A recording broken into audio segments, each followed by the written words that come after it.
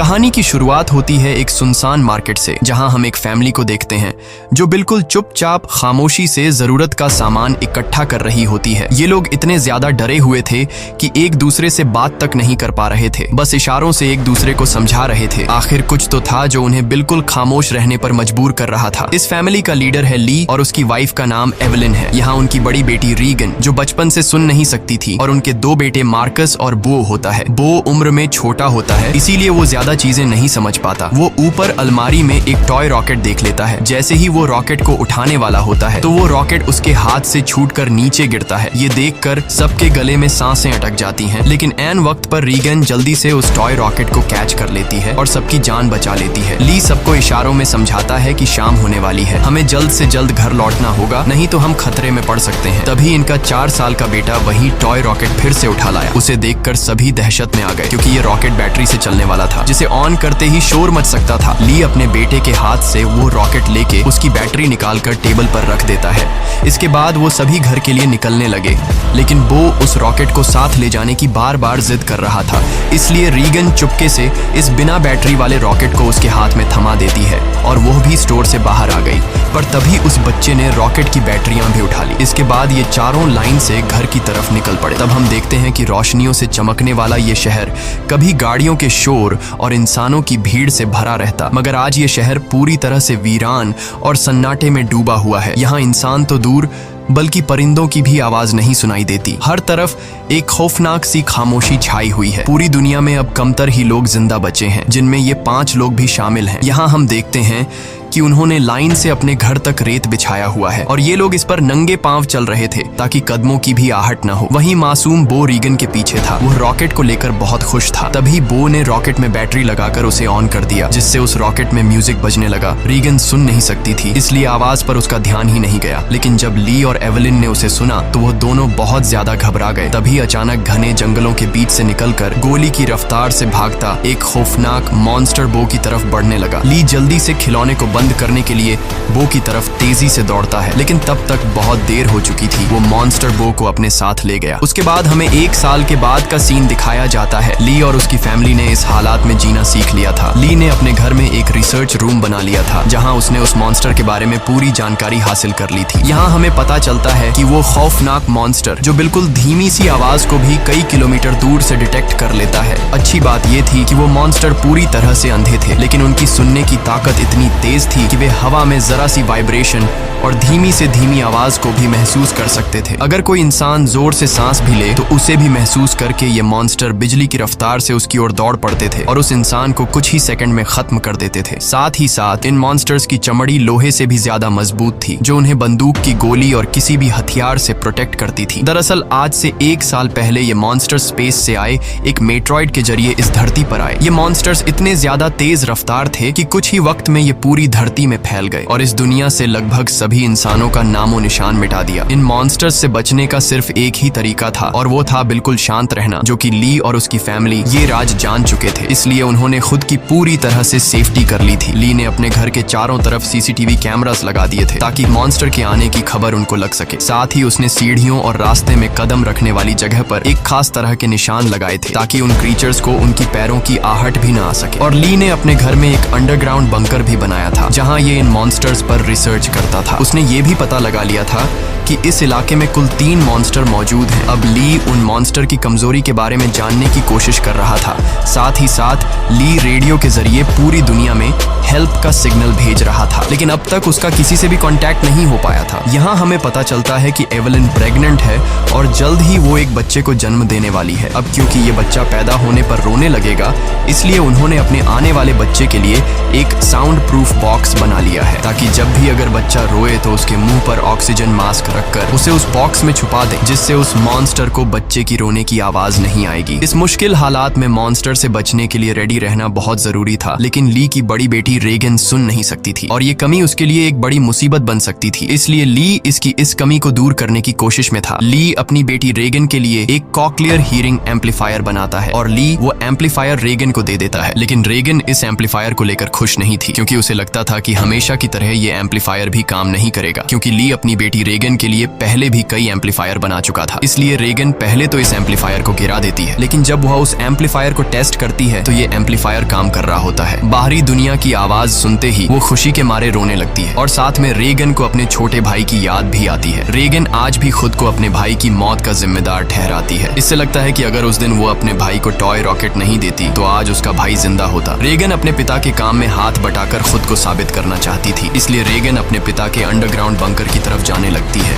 लेकिन तभी उसके पिता उसे रोक लेते हैं और उसे अंदर जाने से मना कर देते हैं, क्योंकि 1 साल पहले रेगन के अपने छोटे भाई को टॉय रॉकेट देने की गलती की वजह से अब वो रेगन पर बिल्कुल भी भरोसा नहीं करता। उसे डर लगता है कि नीचे अंडरग्राउंड बंकर में माइक्रोफोन, रेडियो और भी कई सारी चीजें हैं। अगर गलती से भी रेगन का हाथ किसी ऐसी चीज के साथ लग गया जो साउंड क्रिएट करती हो तो हमारी जान खतरे में पड़ सकती है। अगले दिन ली अपने बेटे मार्कस के साथ मछलियां पकड़ने नदी पर जा रहा होता है। रेगन भी उनके साथ जाना चाहती थी। रेगन ली से रिक्वेस्ट करती है कि प्लीज मुझे भी अपने साथ ले चलो, पर ली ने उसे अपने साथ ले जाने से मना कर दिया। वो रेगन से कहता है कि तुम्हारी माँ घर पर अकेली है, इसलिए तुम घर पर अपनी माँ का ख्याल रखो। जिसके बाद ली मार्कस के साथ नदी की तरफ निकल गया। ये बात रेगन को बहुत ज्यादा बुरी लगती है और वह नाराज हो जाती है। उसे लगता है कि उसके पिता उसे प्यार नहीं करते, इसलिए वह अपना बैग पैक करके वह भी घर से कहीं निकल गई और सीधा उस जगह पर आई जहां पर उसके भाई को मॉन्स्टर ने मार डाला था। वह अपने भाई के कब्र के पास लेटकर रोने लगती है और कुछ ही देर में यहीं पर रेगन की आंख लग जाती है। दूसरी तरफ एवलिन घर पर बिल्कुल अकेली थी। कुछ देर बाद वो बेसमेंट से कपड़े धोकर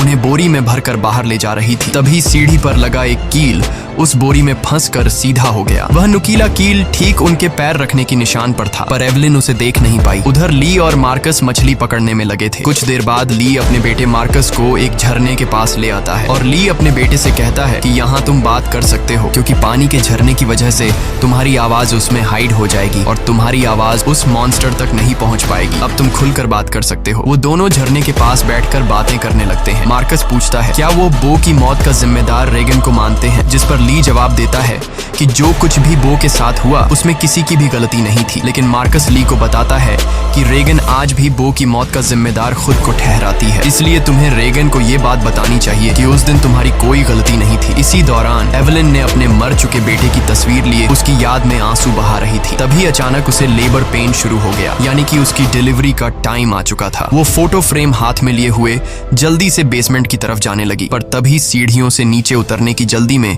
उसका पैर उस नुकीले कील पर धंस गया। एवलिन दर्द से तड़प उठी पर उसने अपने मुंह से आवाज नहीं निकाली, लेकिन उसके हाथ से उसके बेटे का फोटो फ्रेम छूट गया और तेज आवाज के साथ नीचे गिरकर टूट जाता है। एवलिन ने जैसे तैसे करके अपने पैर को खींचकर उस कील से बाहर निकाला। इस दौरान उसे इतनी तकलीफ हुई कि उसका चेहरा पूरी तरह से लाल हो गया, लेकिन वो खुद पर काबू रखते हुए अपने मुंह से आह तक नहीं निकालती, क्योंकि उसे पता था कि आवाज निकालने का मतलब अपनी मौत को दावत देना है। वो लंगड़ाती हुई नीचे आकर लाइट का स्विच ऑन करती है, जिससे बाहर रेड लाइट जल पड़ी। अब वो वापस ऊपर की तरफ लौटने लगी, पर तभी उसने कुछ देखा जिससे उसके गले में सांस अटक गई। असल में वो मॉन्स्टर उसके घर तक पहुंच चुका था। दरअसल जब एवलिन के हाथ से वो फोटो फ्रेम गिर गया था तो उस आवाज को मॉन्स्टर ने सुन लिया था। डर से कांपती एवलिन दीवार के पीछे छिप गई। दूसरी तरफ ली और मार्कस मछलियां पकड़कर घर वापस लौट रहे थे। तभी दूर से उन्होंने देखा कि घर के चारों ओर रेड लाइट जल रही है। ली समझ गया कि एवलिन खतरे में है। वह तुरंत घर की तरफ भागा। उधर बेसमेंट में छिपी एवलिन डर के मारे कांप रही थी और वो मॉन्स्टर उसे घर के हर एक कोने में ढूंढ रहा था। तभी एवलिन को बेसमेंट में एक टाइमर मिला। यहाँ एवलिन समझदारी से काम लेते हुए उस टाइमर में कुछ सेकंड्स का टाइम सेट करके उसे एक कोने में रख देती है और जल्दी से एक दूसरे कोने में आकर चुप जाती है। इतने में वो मॉन्स्टर वहाँ हलचल महसूस कर लेता है और वो धीरे धीरे उस हलचल वाली जगह की तरफ बढ़ने लगा। वो एवलिन के काफी करीब था। एक तो एवलिन को लेबर पेन हो रहा था और दूसरा उस मॉन्स्टर का डर था, लेकिन एवलिन अपने आप को पूरी तरह से कंट्रोल करके बिल्कुल चुपचाप बैठ जाती है। तभी टाइमर में अलार्म बजा, जिसे सुनते ही वो मॉन्स्टर तेजी से उस डायरेक्शन में भागा। मौके का फायदा उठाते हुए एवलिन जल्दी से अंडरग्राउंड बेसमेंट से बाहर निकली, पर वो जैसे ही मेन डोर से बाहर निकलने वाली थी तो उसने देखा कि एक और मॉन्स्टर घर के बाहर यहाँ वहाँ घूम रहा है, इसलिए एवलिन वहीं पर दीवार के साथ छिप गई। उधर ली मार्कस के साथ दूर से ये सब कुछ देख रहा था। ली समझ गया कि अगर मैं अपनी बीवी को बचाने के लिए घर पर जाऊंगा तो मैं अपनी बीवी को बचाने के बजाय हम दोनों की जान जा सकती है, क्योंकि उस मॉन्स्टर की बॉडी इतनी सख्त है कि उसे बंदूक से मार पाना इम्पॉसिबल है। इसलिए वह अपने पहले से बनाए हुए एक प्लान पर काम करने लगा। ली ने जल्दी से मार्कस को टॉर्च दिया और उसे जल्दी फ्लेयर रॉकेट चलाने को कहा, जो उन्होंने घर से दूर एक जगह पर पहले ही वहां सेट कर रखे थे। जिसके बाद मार्कस तेजी से रॉकेट की तरफ भाग निकला। दूसरी तरफ एवेलिन ऊपरी मंजिल में मौजूद बाथ टब में भाग आई थी। वह बहुत ज्यादा तकलीफ में थी। अब वह और ज्यादा देर तक बच्चे को रोक नहीं सकती थी। वह बस बच्चे को जन्म देने ही वाली थी कि उसकी सिसकियों की आवाज को महसूस करता हुआ वो मॉन्स्टर बाथरूम के करीब आ चुका था। एवेलिन को समझ आ चुका था कि अब जिंदा बच पाना नामुमकिन है। तभी उधर मार्कस ने रॉकेट्स चला दिए, जिससे आसमान में तेज आवाज के साथ फ्लेयर्स शुरू हो गई, जिसे सुनकर वह मॉन्स्टर एवेलिन को यहीं पर छोड़कर तेजी से उस आवाज की तरफ भागा। और उसी पल दर्द को दबाए बैठी एवेलिन जोर से चीख पड़ी, जिसकी आवाज रॉकेट्स के शोर में दब जाती है। ये रॉकेट्स का शोर और लाइट्स दूर से रेगन भी देख लेती है और वह घर की तरफ निकल पड़ती है। थोड़ी देर बाद ली बंदूक लेकर घर के अंदर आया। उसने देखा कि सीढ़ियों पर पैरों के खून के निशान लगे हुए हैं। वह उन निशानों का पीछा करते हुए बाथरूम तक पहुंच जाता है। वहां पहुंचकर वह देखता है कि बाथ टब खून से लाल है। वह समझ गया कि एवेलिन भी उस मॉन्स्टर का शिकार हो चुकी है। वह आंसू बहाता हुआ वहीं बैठ गया। पर तभी शावर रूम के कांच पर किसी ने हाथ रखा। वह कोई और नहीं बल्कि एवेलिन ही थी। एवेलिन ने इस मुश्किल हालात में भी खुद को संभाल कर एक बेटे को जन्म दिया था। एवेलिन को जिंदा पाकर ली की आंखें खुली की खुली रह गईं। अब इससे पहले कि बच्चे की रोने की आवाज आती, ली तुरंत एवेलिन और बच्चे को उठाकर अंडरग्राउंड रूम में ले आया, जिसके बेसमेंट में उन्होंने बच्चे के लिए साउंड प्रूफ बॉक्स बनाया था। लेकिन बेसमेंट में घुसने से पहले ही बच्चे ने रोना शुरू कर दिया, जिसे सुनकर वो मॉन्स्टर तेजी से उनकी ओर आने लगा। ली जल्दी से अंडरग्राउंड रूम में घुसा और दरवाजे को एक मोटे मैट्रेस से ढक दिया। ली ने फौरन बच्चे के मुंह पर ऑक्सीजन मास्क लगाया और उसे बॉक्स में बंद कर दिया, जिससे उसके रोने की आवाज बंद हो गई। तब जाकर उन दोनों ने राहत की सांस ली। यहाँ ली अपनी वाइफ एवेलिन को बताता है कि मैं इन क्रीचर्स की कमजोरी जान चुका हूँ। अब जल्द उनके लिए मैं एक औजार तैयार करने वाला हूँ, जिससे ये क्रीचर्स हमारा कुछ नहीं बिगाड़ पाएंगे। इसी दौरान दूसरी ओर रेगन भी घर लौट रही थी। तभी उसे खेतों के बीच एक लाइट जलती हुई नजर आई। रेगन जल्दी से उस लाइट के पास आने लगी, लेकिन वह इस बात से अनजान थी कि एक मॉन्स्टर उसकी कदमों की आहट से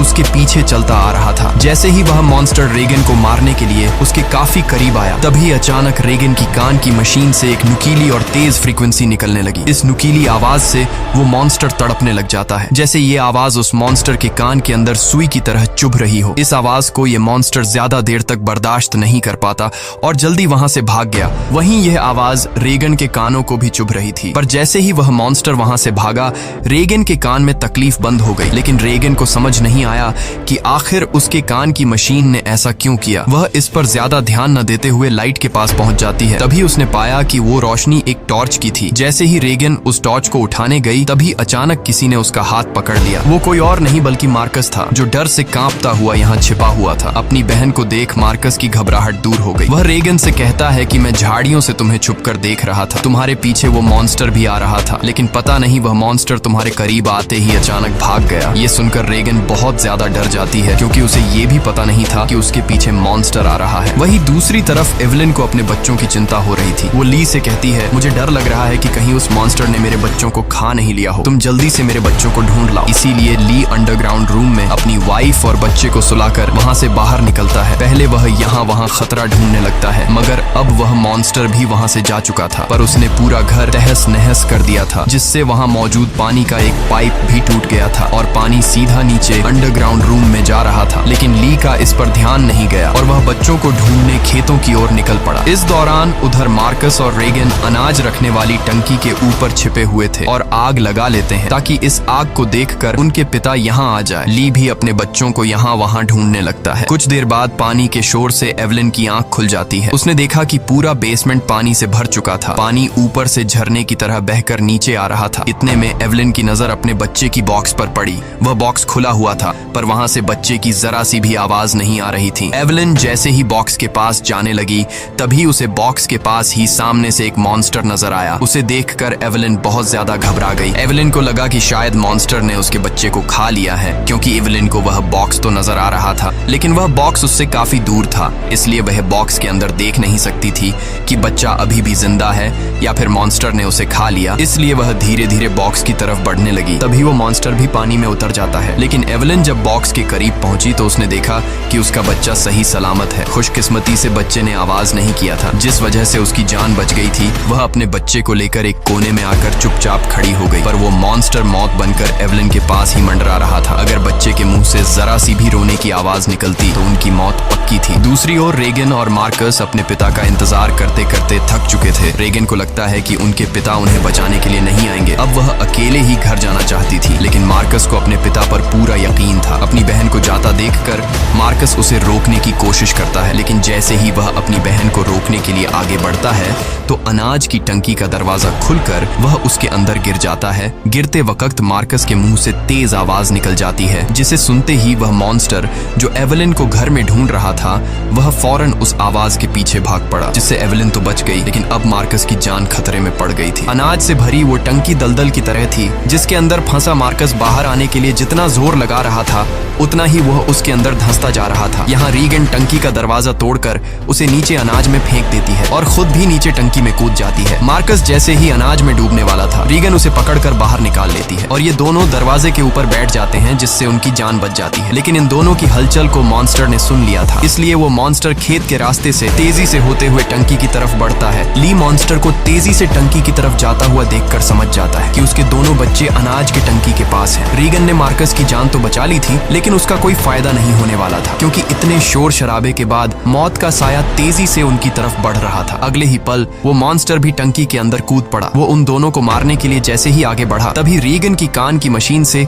एक बार फिर एक नुकीली आवाज निकलने लगी। ये आवाज उस मॉन्स्टर के लिए बहुत ही ज्यादा पेनफुल होती है, इसलिए वो बिना उन्हें मारे वहां से निकल जाता है। रीगन और मार्कस मौत के मुंह से बाल बाल बच गए और टंकी से बाहर निकल आए। बाहर ली भी उन्हें ढूंढता हुआ आ पहुंचा था। वह अपने बच्चों को सही सलामत देखकर बहुत खुश होता है। इस दौरान एवलिन भी ये सब कुछ सीसीटीवी रूम से देख रही थी। तभी ली को पता चलता है कि अभी भी वो मॉन्स्टर यहाँ आसपास है। उसने बच्चों को फौरन सामने मौजूद गाड़ी की ओर भेज दिया और खुद एक कुल्हाड़ी उठाकर आसपास नजरें दौड़ाने लगा, लेकिन वो क्रीचर ठीक उसके ऊपर होता है। ली जैसे ही पलटकर पीछे देखता है, वो मॉन्स्टर उसे अपने पंजे से मारकर दूर फेंक देता है। अपने पिता को तकलीफ में देखकर मार्कस ली को आवाज देने लगता है। आवाज सुनकर मॉन्स्टर को मार्कस की पोजीशन का भी पता चल जाता है। वो मॉन्स्टर अब मार्कस और रीगन की तरफ बढ़ने लगा, लेकिन तभी एक बार फिर रीगन की कान की मशीन से फ्रीक्वेंसीज निकलने लगी। वह आवाज रीगन को भी चुभ रही थी, इसलिए रीगन ने अपनी कान की मशीन को ही ऑफ कर दिया, लेकिन यह उसकी सबसे बड़ी गलती थी। इस मशीन से जो फ्रीक्वेंसी निकलती थी वही फ्रीक्वेंसी उस मॉन्स्टर की कमजोरी थी, जिसे वो बिल्कुल भी बर्दाश्त नहीं कर सकता था। लेकिन अनजाने में रीगन ने मशीन को बंद करके अपनी ही मौत को दावत दे दी। अगले ही पल वो मॉन्स्टर कार पर झपट पड़ा और मार्कस तक पहुंचने की कोशिश करने लगा। इसी दौरान उधर ली होश में आ गया। अपने बच्चों को खतरे में देख वह समझ गया था कि मॉन्स्टर से लड़कर वह कभी भी मॉन्स्टर को मार नहीं सकता, इसलिए अब उसे सिर्फ एक ही रास्ता नजर आया। उसने रीगन को इशारों में बताया कि मैं तुमसे बहुत ज्यादा प्यार करता हूँ। मैंने तुम्हें कभी भी बो की मौत का जिम्मेदार नहीं ठहराया है और मेरे होते हुए तुम्हें कुछ नहीं हो सकता। जिसके बाद ली जोर से चिल्लाने लगा। उसे सुन वो मॉन्स्टर ली की तरफ दौड़ पड़ा और एक ही झटके में उसे चीर फाड़ कर रख दिया। अपने पिता को मरता हुआ देखकर रीगन को बहुत ज्यादा दुख होता है, क्योंकि पहले उसे लगता था कि उसके पिता उससे प्यार नहीं करते, लेकिन अब उसे रियलाइज हुआ कि वह गलत थी। ली को मारने के बाद वो मॉन्स्टर वहां से चला जाता है। दूसरी तरफ एवलिन भी ये सब कुछ सीसीटीवी के जरिए देख रही थी। तब रीगन उसी वक्त गाड़ी स्टार्ट करके